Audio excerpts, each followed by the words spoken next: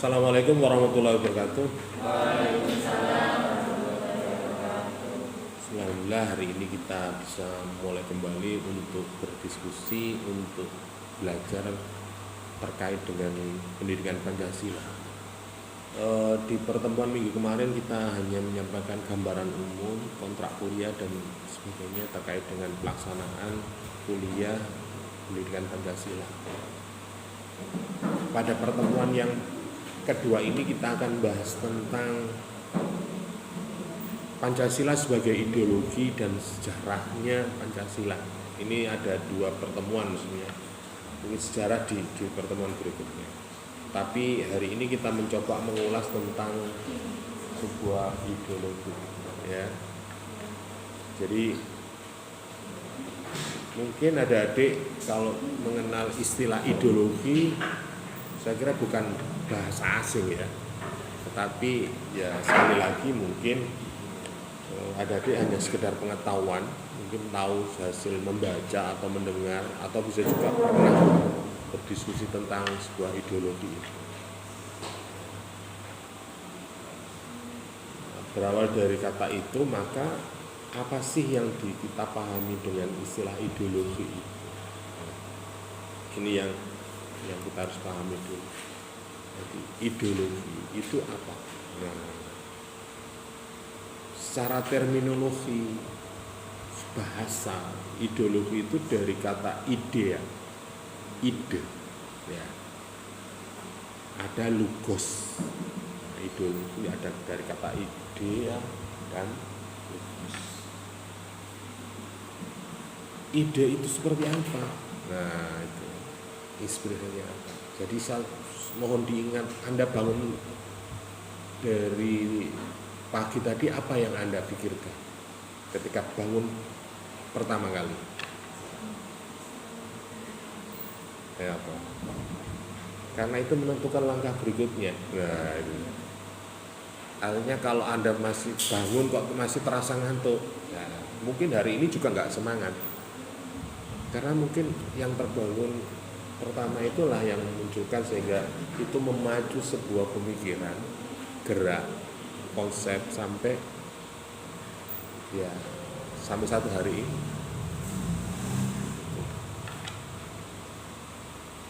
Jadi ide itu bisa dikatakan gagasan atau konsep, pengertian dasar, atau bisa juga dikatakan sebuah cita-cita. Jadi ide itu adalah sesuatu yang alami. Ya iso ide itu dipaksakan. Seperti halnya Anda bangun saat tadi tanya, Anda bangun tadi pagi, apa yang pertama kali Anda pikirkan? Nah, misalnya terasa ngantuk, atau mungkin bisa juga terbayang-bayang ketika mau tidur SMS, WA gitu. Sehingga terbawa mimpi, bangun-bangun sudah, nanti. Jadi secara harfiah, ideologi itu adalah ilmu mengenai pengertian dasar atau dari sebuah ide. Jadi kalau kita diartikan secara umum, definisi ideologi itu berkembang menjadi suatu paham mengenai ideologi yang berkembang menjadi suatu paham mengenai seperangkat nilai-nilai atau pemikiran yang dipegang seseorang atau sekelompok orang untuk menjadi pegangan hidup. Jadi bisa dikatakan sebuah prinsip.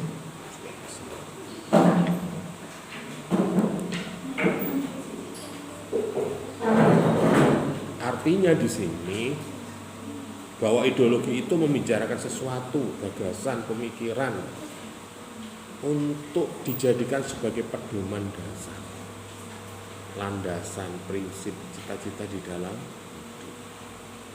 Kalau Anda bicara hidup, sebenarnya usia manusia itu berapa tahun sih? Nah, saya tanya ini, rotok sanepan, rotok ilmu jodoh ya. Saya kira usia manusia itu berapa sih? Usia Pak ya, ada yang 100, ada yang 70, 65, enggak. Usia manusia itu hanya 24 jam. Nah, menit ditambahi maneh tambah. Artinya kehidupan, catatan hidupmu itu ya terus berkembang. Jadi kayak waktu sholat itu kan kembali ke subuh mana kan seperti itu. Artinya hari ini apa yang Anda pikirkan tadi pagi juga ini mempengaruhi kegiatan Anda di hari ini. Kalau hari ini mungkin karena bulan Ramadan, ya mungkin sebagian besar ide kita, pemikiran kita, kegiatan kita tidak jauh dari itu. Walaupun mungkin ada aktivitas-aktivitas rutinitas yang kebetulan jadwalnya atau terasanya di bulan mungkin waktu kuliah seperti ini. Mungkin Anda akan berpikir dua kali antara kuliah di masa waktu Ramadan sambil puasa sama tidak. Nah, ini juga akan mempengaruhi sebuah pemikiran. Ngomong dunia pemikiran ini sangat luas ya. Pikiran itu bisa kecil, bisa besar, bisa mungkin isi dunia ini nggak bisa memuat isi pikiran kita. Bahkan kita mampu untuk itu. Ide dan gagasan. Makanya ide dan gagasan ini juga bisa dikatakan bisa murah, bisa mahal, bisa membahayakan, bisa apapun. Kalau Anda punya ide-ide yang jahat, ya bisa juga. Atau bisa juga Anda punya ide-ide yang cemerlang, yang mungkin bisa memberikan manfaat bagi diri Anda, keluarga Anda mungkin. Nah, ini juga berawal dari konsep pemikiran. Ini kalau di dunia ilmu sosial, ilmu politik ya kita berkait dengan kehidupan bernegara kita.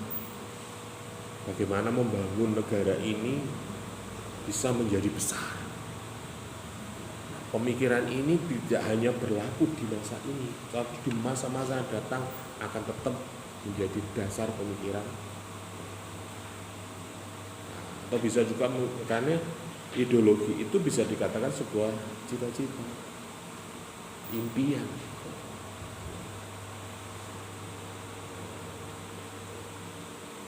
Ada beberapa pakar atau ilmuwan yang mengartikan atau memberikan sebuah definisi. Salah satunya adalah Pak Franz Magnus. Ini bapak filosofi. Ini tokoh Nasrani, tokoh yang termasuk sangat terkenal di Indonesia. Dia berasalnya dari Australia. Dia mengatakan bahwa ideologi itu sebuah cita-cita, nilai-nilai dasar keyakinan yang dijunjung tinggi sebagai pedoman yang normatif. Artinya Franz Magnus ini mengatakan bahwa kita punya sebuah cita-cita, impian, atau nilai-nilai dasar, sesuatu yang dianggap baik. Nilai-nilai itu sesuatu yang dianggap baik, diyakini, ya, kemudian dijunjung tinggi sebagai pedoman yang. Sekarang saya tanya, Anda mempunyai ide dan melaksanakan kuliah atau mengambil jurusan ilmu komunikasi, misalnya, ini idenya ilmu komunikasi. Apa yang menjadi cita-cita Anda di dalam ilmu komunikasi? Atau apa yang membuat Anda memilih jurusan ilmu komunikasi? Nah, kalau dari sini Anda tidak memahami itu, ya bisa salah jalan Anda. Tapi kalau Anda memahami, meyakini bahwa saya yakin saya bisa hidup bahagia, bisa mencari kerja atau bisa nyaman, bisa sukses dengan bekal ilmu komunikasi. Kira-kira apa yang membangun keyakinan Anda atau adik-adik dalam mempelajari atau yang nantinya mendapat gelar sarjana ilmu komunikasi? Kalau Anda bisa paham ini, maka Anda bisa membangun sebuah keyakinan kalau menurut Franz Magnus. Dan dijunjung tinggi, artinya junjung tinggi itu sungguh-sungguh mempelajarinya.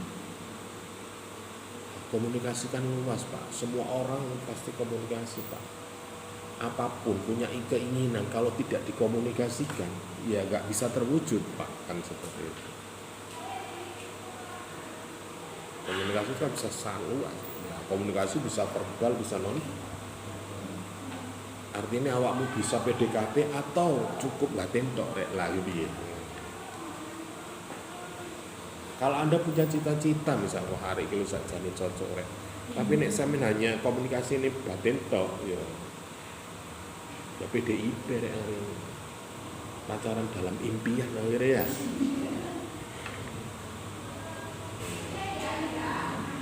Artinya Tuan Magnus mengatakan ini sebagai nilai-nilai dasar yang harus ada di dalam diri seseorang, dan itu sesuatu yakin bahwa dengan ilmu komunikasi adik-adik bisa melaksanakan menjalani hidup ini dengan, karena seseorang mewujudkan sesuatu itu harus dikomunikasikan dengan siapapun, baik dengan diri kita, dengan orang tua kita, di lingkungan kita, atau mungkin pihak-pihak yang terkait dengan apa yang kita akan wujud. Kalau ini sudah menjadi sebuah cita-cita, keyakinan, dan yakini, maka itu menjadi prinsip, menjadi jalan hidup bahwa diri saya adalah komunikasi. Nah, ini menurut artinya Anda harus punya prinsip bahwa Anda harus yakin bahwa jurusan yang Anda pilih ini adalah menjadi jurusan yang nantinya bisa membawa Anda lebih sukses, selamat dunia akhirat ini Pak. Kalau dipelajari lagi wong komunikasi ya bahaya, makanya komunikasi apalagi melalui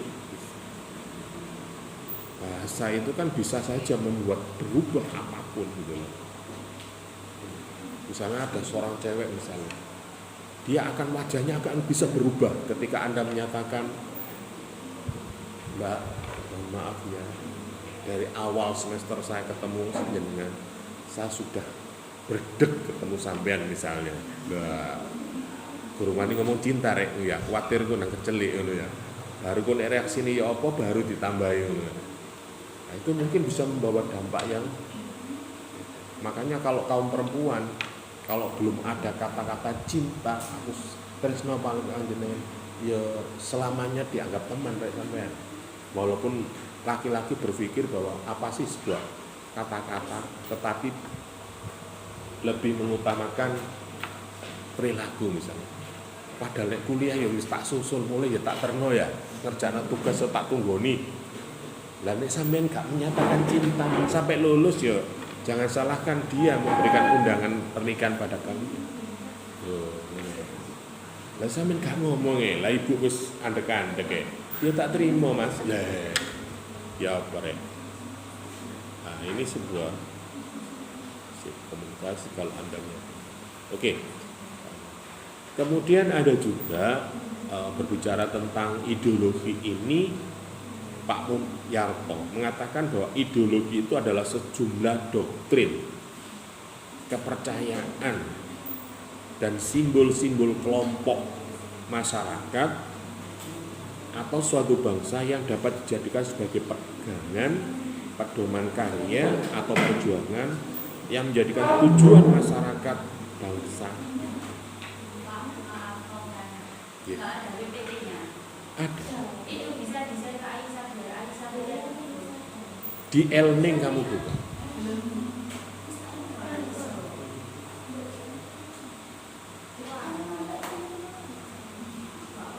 Ya, aman wingi gak mlebu berarti ya. Di Elning insyaallah ada. Oh, ya nanti saya perbaiki lagi. Ya.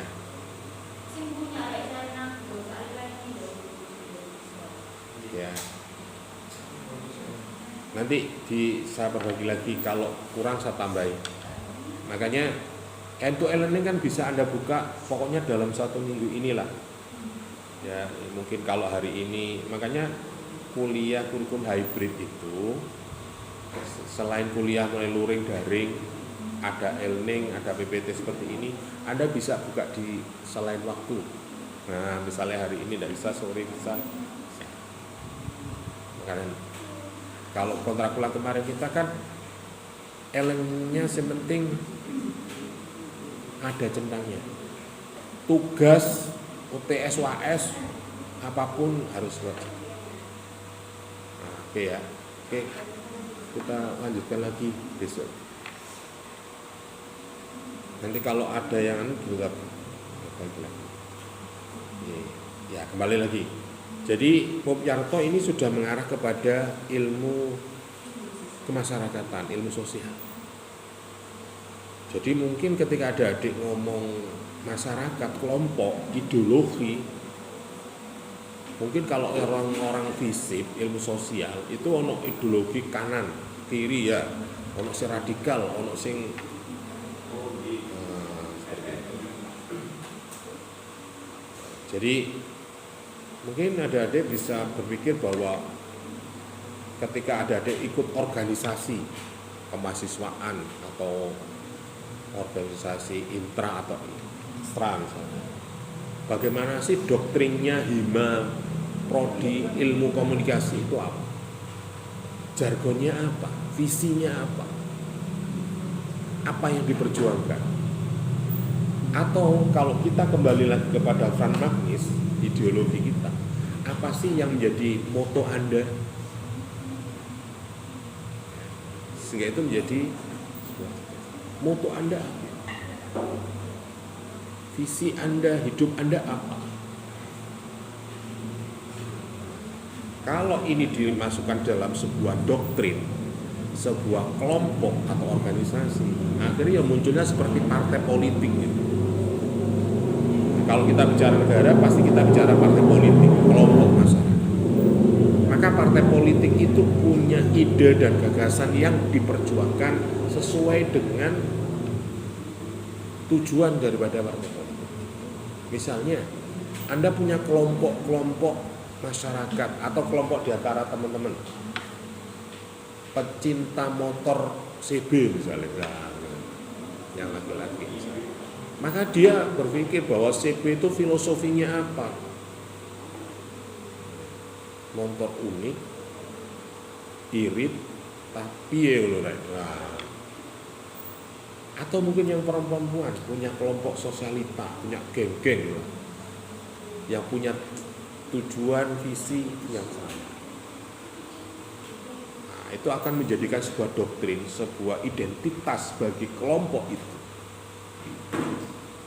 Jadi misalnya kalau ada kelompok perempuan, wah ini senengnya kelompok hijaber misalnya, atau kelompok apa ya, sosialita gitu ya, pecinta bunga apa itu bisa. Jadi itu akan menjadi sebuah identitas kelompok itu. Karena apa ya, satu pemikiran. Saya yakin misalnya dalam satu kelas ini, oke, mungkin dalam satu kelas ini Anda bisa duduk bersama. Tapi coba ketika nanti sudah keluar, jagongannya mesti kelompok saklat ini ya. Enggak, paling 3-4 orang yang mungkin bisa satu chemistry bahasanya. Kalau apa jenenge bestie tapi ya. Sehingga dia mempunyai sebuah. Ini seiring dengan berjalannya waktu, ada kok nanti akan muncul karakter atau identitas. Oh, iki lho mahasiswa komunikasi, iki lho mahasiswa pemerintahan, iki mahasiswa PAI misalnya. Kelihatan. Mungkin karena ilmu atau karena wacana pemikiran yang disampaikan di dalam kelas. Karena ini mengkaji persoalan komunikasi, maka sudut pandangnya melihat suatu masalah dari sudut pandang ilmu komunikasi. Makanya ono jenenge miskomunikasi. Semua kejadian sesuatu berhasil atau tidak itu karena bisa juga karena komunikasinya. Kalau komunikasinya benar, saya yakin itu akan menjadi sebuah ide yang baik. Tetapi ketika itu dikomunikasikan dengan cara yang salah, walaupun itu benar, ya kata ditandanan ya. Makanya di dalam pemikiran Popiarto itu, ideologi itu dikatakan sebagai simbol. Nah, saya ini digambar, makanya setiap organisasi itu kan punya logo ya. Nah, ini bagian sampean ini komunikasi. semiotikanya piye. Semiotik apa jenenge bahasane semiotika. Jadi ketika wah iki logone partai iki kok banteng ya ngono. Apa anggotane koyo banteng kabeh ngono ya. Ono sing logone kok Ka'bah ya. Apa wong santri kabeh. Nah. Atau bisa juga warnanya wis banteng abang pisan ngono ya.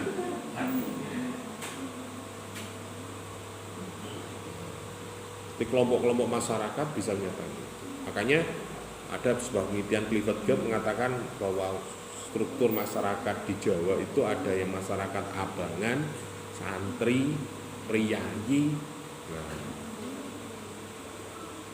ya, jadi ada masyarakat, kalau di dalam konteks masyarakat negara itu ada yang nasionalis, liberalis, sosialis.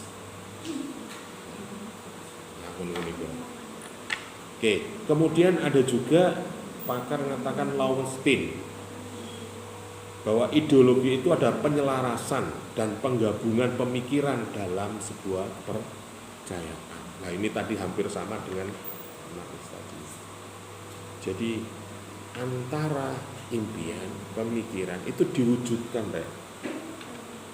On aksi nih loh. Nanti gak dibatin tok ngono loh. Malah nek arek ayo akeh tunggale ya wis mari. Tapi nek kok ada yang beda misalnya. Iki kok beda ya. Kalau kita bicara cantik itu kan relatif gitu kan. Tetapi ini cantiknya berbeda. Ada getarannya misalnya. Nah, itu artinya dia berusaha untuk menyelaraskan antara khayalan, imajinasi dan sebuah konteks sehingga itu diwujudkan wah iki. Timbang aku ketemuan langsung PDKT dan sebagainya. Jadi diyakini bahwa ketika Anda sudah menemukan hal-hal yang seperti itu, ya wis rek lanjut. Nah ini awam misalnya ketemu arek, walaupun dia cantik, ganteng, tapi nek kalau getarane ya cari ini harus gak apa-apanya berarti anggap saja angin berlalu ya. Tetapi kalau bertemu saja Anda sudah gemeteran lah itu. Kalau hari ini sama halnya ketika ada adik itu dikatakan seorang muslim. Wah. Yakin enggak ada adik ini juga muslim? Cara membuktikan sekarang siapa yang beragama apa Islam. Anda puasa enggak hari ini? Saya enggak Pak, karena waktunya ya enggak apa-apa.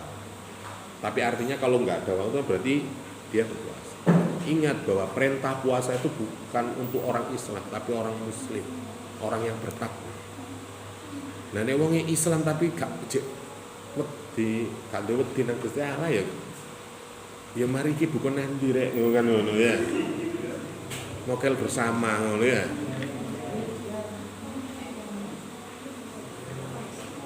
Oke, kita lanjutkan. Kemudian ada juga mengatakan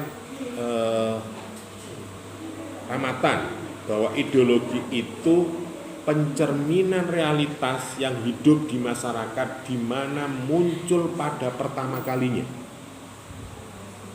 Nah, ini sama halnya ketika adik-adik saya tanya, Anda bangun pagi tadi, apa yang Anda lihat, apa yang Anda pikirkan? Itu baru akan mempengaruhi. Sama halnya adik-adik ini dilahirkan di mana? Coba kemarin Anda dilahirkan di Cina atau di Arab misalnya. Kira-kira apa yang Anda harus pikirkan? Oh, buktinya apa? Adik-adik dilahirkan di Indonesia, di Jawa, Jawa Timur, Mojokerto. Ya, secara otomatis Anda contohnya apa outputnya sekarang yang terjadi? Anda sekarang menggunakan lebih banyak menggunakan bahasa apa? Ya bahasa Jawa, ya bahasa Indonesia Pak. Coba sampean wingi dilairno nggo ngene Amerika ngono. Mosok kate basa Jawa. Ya. Kalau Anda dilahirkan di Arab, mosok sampean langsung kate bahasa Indonesia. Ya melok apa yang ada di situ. Atau mungkin ketika Anda dilahirkan ketemu ibu sampean niku orang luar negeri, yo bahasane melok ibu sampean ngono lho. Begitu juga dengan keyakinan agama Anda. Mungkin Anda beragama Islam, Muslim karena dilahirkan dari keluarga Muslim. Makanya saya tanya, sampean yakin dengan agama Islam? Yakin. Siapa sing Islam sampean? Apa siapa saksinya kalau Anda ya? Ayo. Siapa sing nyahadatno sampean? Ya. Berarti sampean Islami dianut-anutin ngono lho ya. Ayo. Kalau Anda seorang muslim, berarti Anda pernah meyakini, bersumpah atau minimal bersahadat. Ya. Terus sapa sing ngongkon syahadat awakmu? Saksine sapa? Ya. Apa awakmu biar kecilik zaman pernah Pak di MI di SD pendidikan agama Islam syahadat. Ya itu kan latihan rek sinau. Coba Anda ditanya, apakah Anda ketika ditanya Anda yakin akan masuk Islam? Ya enggak, paling awak mengalir aja ya.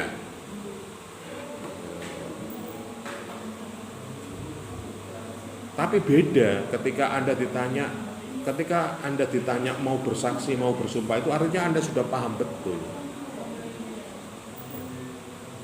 Kalau sama halnya kalau cewek-cewek itu mau bersediakah Anda menjadi anak dari atau menjadi pasangan hidup saya? Artinya Anda yakin. Oke, saya terima. Makanya Ramadan ini mengatakan yang muncul pertama kalinya itulah akan membawa ide dan jadi kalau tadi saya katakan apa serena ide mau ngantuk, saiki jelas ngantuk, gak semangat belas. Tapi kalau ide Anda, wah nanti ada kuliah ini itu apa koyo titik ada tekanan.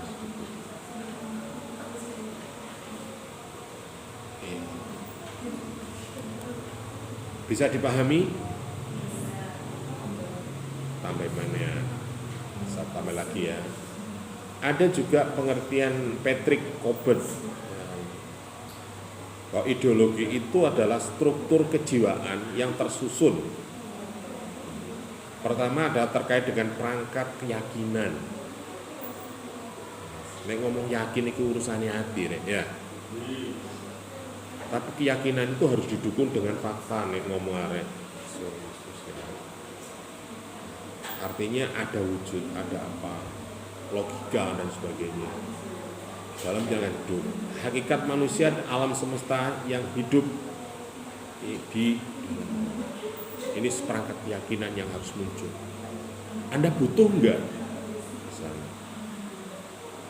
Misalnya Anda kuliah hari ini misalnya, Anda butuh enggak? Ya butuh Pak, wong bayar ya Pak. Perkara kanggo urusan duri Pak, kan ya. Artinya apa yang Anda pelajari hari ini belum tentu Anda keluar nanti langsung bermanfaat atau kanggo lah. Ya prakteknya. Tetapi paling tidak suatu saat entah nanti, entah besok, entah akan datang pasti akan minimal nek zaman kuliah ya nek waktu TS keluar gitu. Ya, tetapi yang terpenting adalah dalam kehidupan. Jadi kalau menurut Patrick bisa juga ideologi itu suatu pernyataan pendirian bahwa kedua perangkat keyakinan itu berdiri secara independen. Ya sekarang diintervensi rek ngomong percaya. Ya padha mek kadar keimananmu. Iman seorang kan keyakinan itu kan yo nggak sama toh ya. Nek nurut syariat yo podo rek, tetapi prakteknya sendiri-sendiri. Contohnya apa?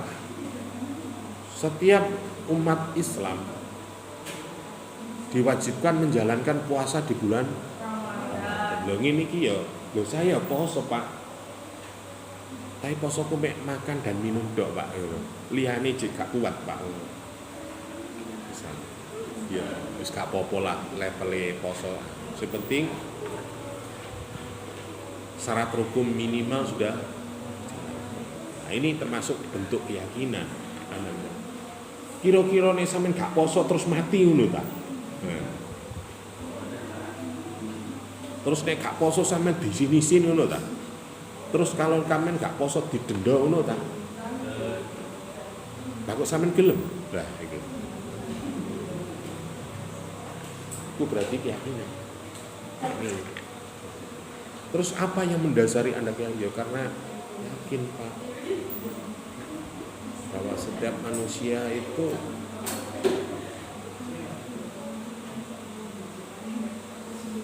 kemudian dari Patrick juga mengatakan bahwa ideologi itu suatu dambaan agar keyakinan-keyakinan tersebut dapat dihayati, pernyataan pendirian diakui sebagai kebenaran seseorang yang menjadi anggota yang penuh dari kelompok sosial atau yang bersangkutan. Nah, nek wis ngomong keyakinan itu butuh dihayati, yo tergantung rek. Poso itu kan punya nilai, nenek hanya sekedar makan dan minum ya wis oleh ya iku rek. Bener. Tapi poso itu kalau Anda hayati sebagai bentuk upaya kita menyadari batasan kita, menyadari apapun keuangan kita, ya beda lah. Artinya puasa di bulan Ramadan Anda ada bisa membawa sebuah hikmah, sebuah pelajaran yang bisa Anda terapkan setahun ke depan minimal. Ya. Nah, ini sebagian.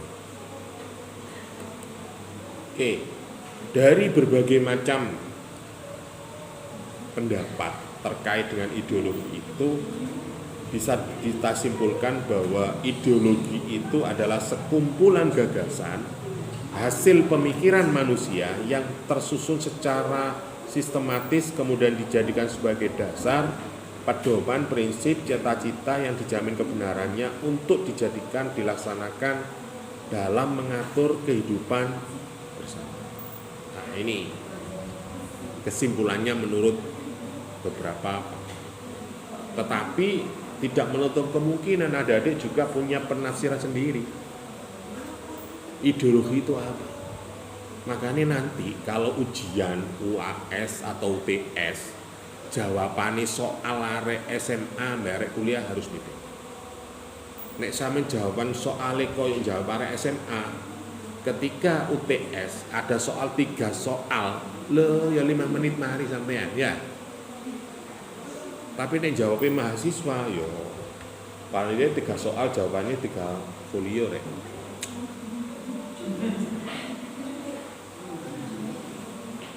Ya, yo pendapatnya ini misalnya ada 17 pendapat, enggak apa-apa. Yang ke-18 pendapat. Artinya apa? Ya sama halnya Anda memilih sesuatu, memilih pasangan. Tidak kamu tanyakan berdasarkan matamu tok rek, bukan matamu tok ya, matamu. Tapi ya matanya teman-teman juga. Dia cantik ya, iya. Terus tanya lian, iya. Nah, nek ada 18 yang mengatakan cantik, maksud sampean menyatakan jelek.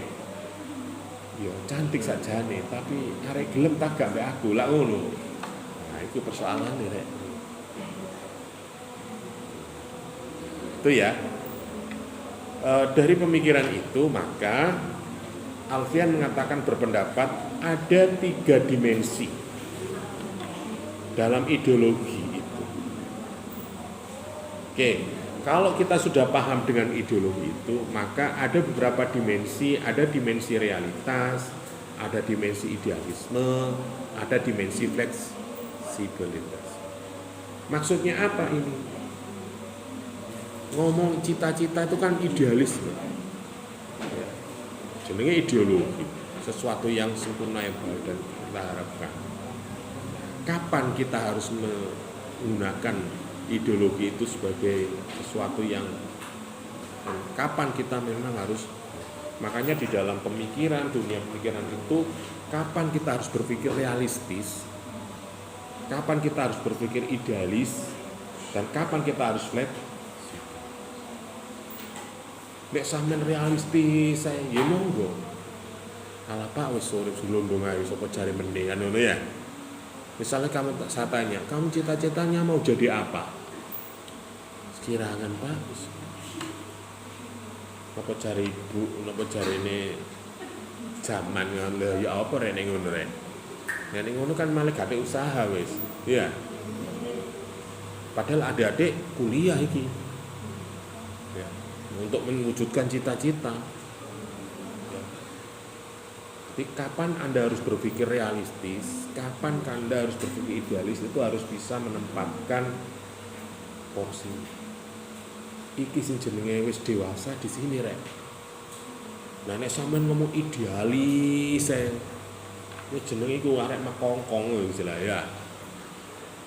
Ati sampean iku malah ambek kanca ya kan, ono kanca ngomong gawe dosa kan. Oh ya. Haram. Ngono. Ya akhir gak duwe kanca sampe nek ngono ya.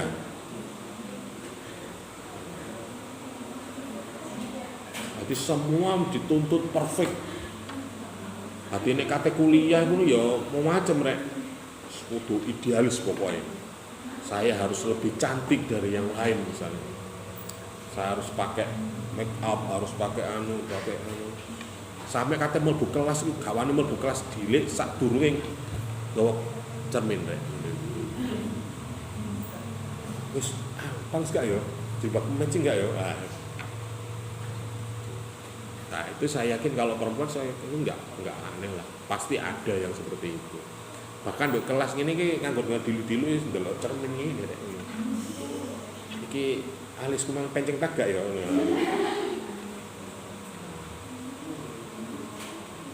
Ya boleh Anda seperti itu, tapi kan ada waktu.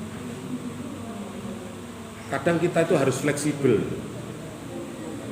Artinya kapan kita harus bisa memberikan membuat mentul ya bahasanya, toleransi. Ya. Jadi misalnya ada pendapat teman-temanmu terkait apapun, ono sing ideal, ono sing realistis, ono sing wis arep lah wis sembarang sampai naik piye ngono. Ya, spasi piro kan enggak. Jadi maka prinsip atau dimensi ini kalau kaitannya dengan kehidupan bermasyarakat, Anda harus bisa menempatkan kapan Anda harus berpikir idealis, kapan Anda harus berpikir realistis, kapan Anda harus fleksibel. Nek ngomong agama ibadah, ya poso ngene iki, kalau ke orang lain ya fleksibel aja rek. Tapi kalau untuk diri kita ya harus seidealis mungkin. Minimal misalnya, wah poso-poso ya. Wedi ngombe banyu rek gak wani sikat gigi. Wah, ya apa ngene iku? Loh, kenapa kamu nggak berani sikat gigi? Khawatir Pak, engko pas sikat gigi kalau ada rasanya nanti ketelan Pak, batal puasa saya. Akhirnya gak wani sikat gigi.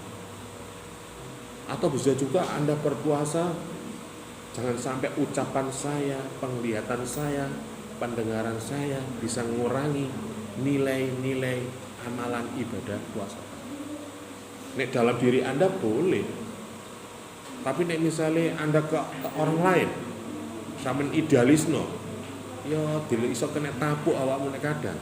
Ya, nek kadang ya matur nuwun, alhamdulillah saya diingatkan. Nek sing mesu-mesu bareng. Jangan cocok kan dulu lah, ya apa nih gini. Misalnya ya apa ya, kudu mulu gak matching, mosok klambine ijo kok kudune abang, apa kok sok telik gitu, kan cocok. Nah. Tapi kalau ada yang berpikir luas, terima kasih saya diingatkan. Ya mohon maaf saya tadi itu berangkatnya ke susu, gur kok berpilih rek angger. Ono sing resik centel wangi mau tak gawe. ternyata gak podo dulu ya. Nah, itu bisa nerima dulu. Artinya ketika hidup di dalam masyarakat juga seperti itu. Jadi misalnya kalau Anda menjadi seorang pemimpin, tidak bisa masyarakat itu disamaratakan. Harus sesuai dengan undang-undang, peraturan. Ya, alah peraturan gen menungso genane pangerane cik dinyang kok ya. Artinya kenyataan idealisme itu harus tepat pada porsinya. Yo, maka disinilah nanti ketika adik-adik bisa menerapkan ideologi pemikiran dimensi ini, maka Anda akan punya sebuah karakter. Oh, Anissa itu loh humble. Oh, porek humble itu. Ya artinya ramah lah. Ketemu gembul sapa iku iso ngono. Aja kaya Taijo iku. Didik kau lah, didik harus. Siapa sih gelem gembul ngene iku? Atau ada juga yang realistis, nganut kok, dijak ngulon ngetan. Moga lah, ayo ngono.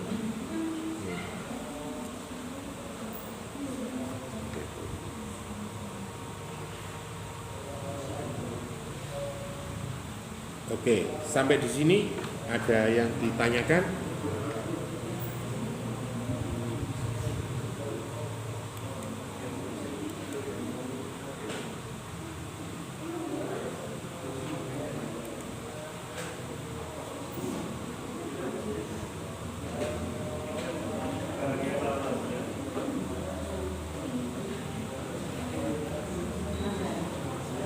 Nah, ada yang tanyakan?